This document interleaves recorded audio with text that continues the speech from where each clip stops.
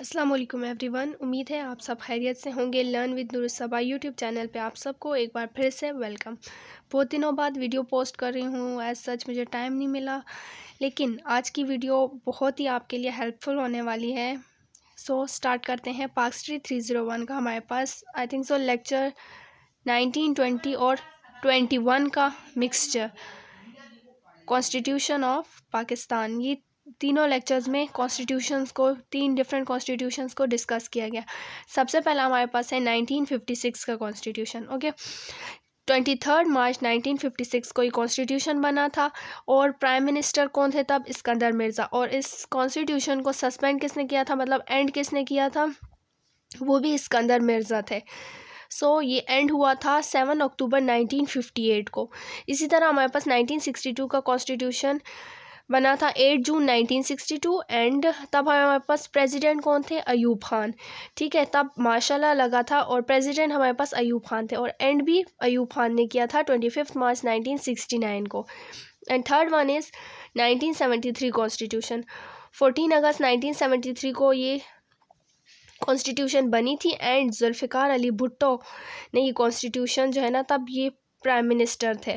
Okay, तो इसमें यहाँ पे हमारे पास फुल एंड तो नहीं बताया गया किसने सस्पेंड की थी कॉन्स्टिट्यूशन, बट ज़ियाउल हक और मुशर्रफ की टेम्प्रेरी गवर्नमेंट रही थी। दोनों चेंज होते रहे थे। 1977 फिर 1985 तक एक की चली। 1999 से 2002 में ये सस्पेंड हुई। यहाँ पे हमारे पास 2002 से लेके 2008 तक परवेज़ मुशर्रफ की दोबारा से गवर्नमेंट रही। अब हमारे पास है 1956 का कॉन्स्टिट्यूशन। इसमें हमारे पास 234 आर्टिकल्स थे एंड 6 शेड्यूल्स बने थे।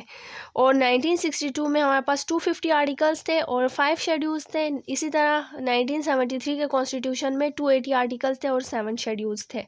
सबसे ज़्यादा आर्टिकल्स इसमें हमारे पास 1973 के कॉन्स्टिट्यूशन में बने हैं और इसमें शेड्यूल्स भी 7 हैं। अब इन तीनों कॉन्स्टिट्यूशन में एक बात सेम थी कि नेम हमारे पास क्या, कंट्री को नेम क्या दिया गया था? Islamic Republic of Pakistan. मतलब सेम तो नहीं, नेम में सेकंड कॉन्स्टिट्यूशन में थोड़ी बहुत चेंजेस हुई।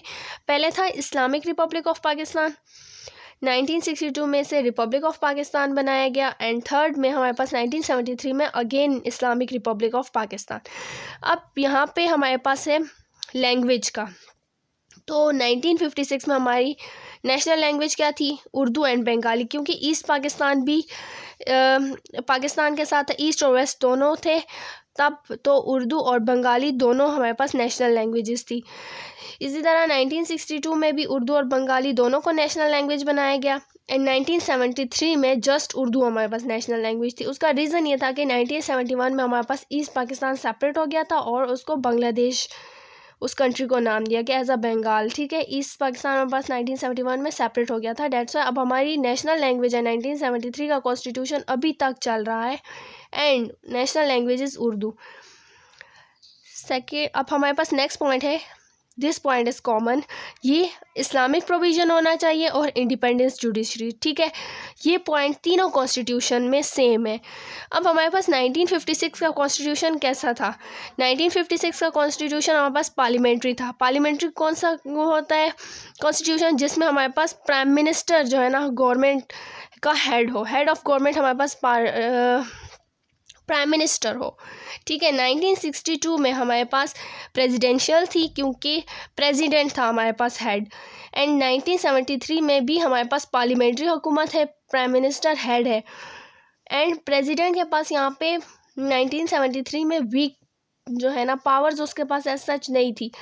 देन 1985 में इसकी पावर्स बढ़ा दी गई। इस पे डिटेल में बात करते हैं। पहले यहाँ पे हमारे पास 1956 में प्रेसिडेंट के पास स्ट्रॉन्ग पावर्स थी। ठीक है, सारी पावर्स प्रेसिडेंट के पास थी और उसके लिए कंपलसरी था कि प्रेसिडेंट की एज जो है ना हमारे पास 45 हो और वो मुस्लिम हो और वो इलेक्ट हुआ हो by national assembly and provisional assembly और प्रेसिडेंट ख़ुद प्राइम मिनिस्टर को अपॉइंट करेगा।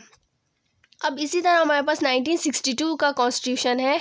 इसमें हमारे पास प्रेसिडेंट की एज 40 रखी गई। ठीक है, मुस्लिम होना मस्ट था और ऑल पावर्स, जितनी भी पावर्स थी हमारे पास वो सारी प्रेसिडेंट के पास थी।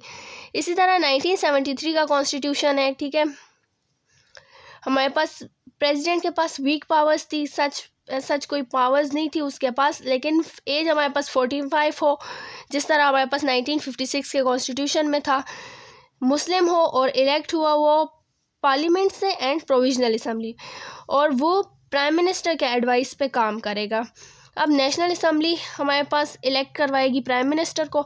देन अब 1985 में वो जैसे कानून में तरमीम की गई, मतलब उसमें चेंजेस ये गई कि पावर्स ऑफ प्रेसिडेंट इंक्रीज़। अब हमारे पास जो है ना 1985 के बाद प्रेसिडेंट के पावर्स इंक्रीज़ हो गए। नेक्स्ट हमारे पास है यूनिकैमरल। 1956 का कॉन्स्टिट्यूशन हमारे पास यूनिकैमरल था। यूनिकैमरल क्या होता है? वन हाउस, जिसमें हमारे पास एक हाउस हो। अब यहाँ पे हमारे पास वन हाउस कौन सा था? National assembly. इसमें 300 सीट्स थी, 10 वुमेन की थी, और हमारे पास डायरेक्ट इलेक्शंस के थ्रू इलेक्ट होते थे मेंबर्स। 1962 में हमारे पास यूनिकैमरल थी, तब भी कॉन्स्टिट्यूशन, और इसमें भी सिर्फ एक हाउस था, डेट इज़ नेशनल असम्बली। ये इसमें हमारे पास सीट्स कम थी, 150 सीट्स थी, और इसमें 6 वुमेन की सीट्स थी, और इलेक्शन भी डायरेक्ट होते थे। अब नेक्स्ट आते हैं 1973 के कॉन्स्टिट्यूशन की तरफ। 1973 का कॉन्स्टिट्यूशन हमारे पास बाईकैमरल था। इसमें हमारे पास 2 हाउसेस थे, ठीक है, सेनेट और नेशनल असम्बली। सेनेट किसको कहते हैं? अपर हाउस को, and national assembly lower house को। सेनेट हमारे पास फर्स्टली इसमें पहले 63 मेंबर्स थे, देन हमारे पास 87 हुए, और अब हमारे पास सेनेट के मेंबर्स कितने हैं? 100, और ये इनडायरेक्ट इलेक्ट होते थे। नेशनल असम्बली हमारे पास लोअर हाउस को कहते हैं। इसमें हमारे पास टोटल पहले 210 सीट्स थी, देन 342। अब हमारे पास मौजूदा भी इसमें 342 सीट्स हैं, और डायरेक्ट इलेक्शन के थ्रू मेंबर्स इलेक्ट होते हैं। अब नेक्स्ट आ जाता है प्रोविंसेस का।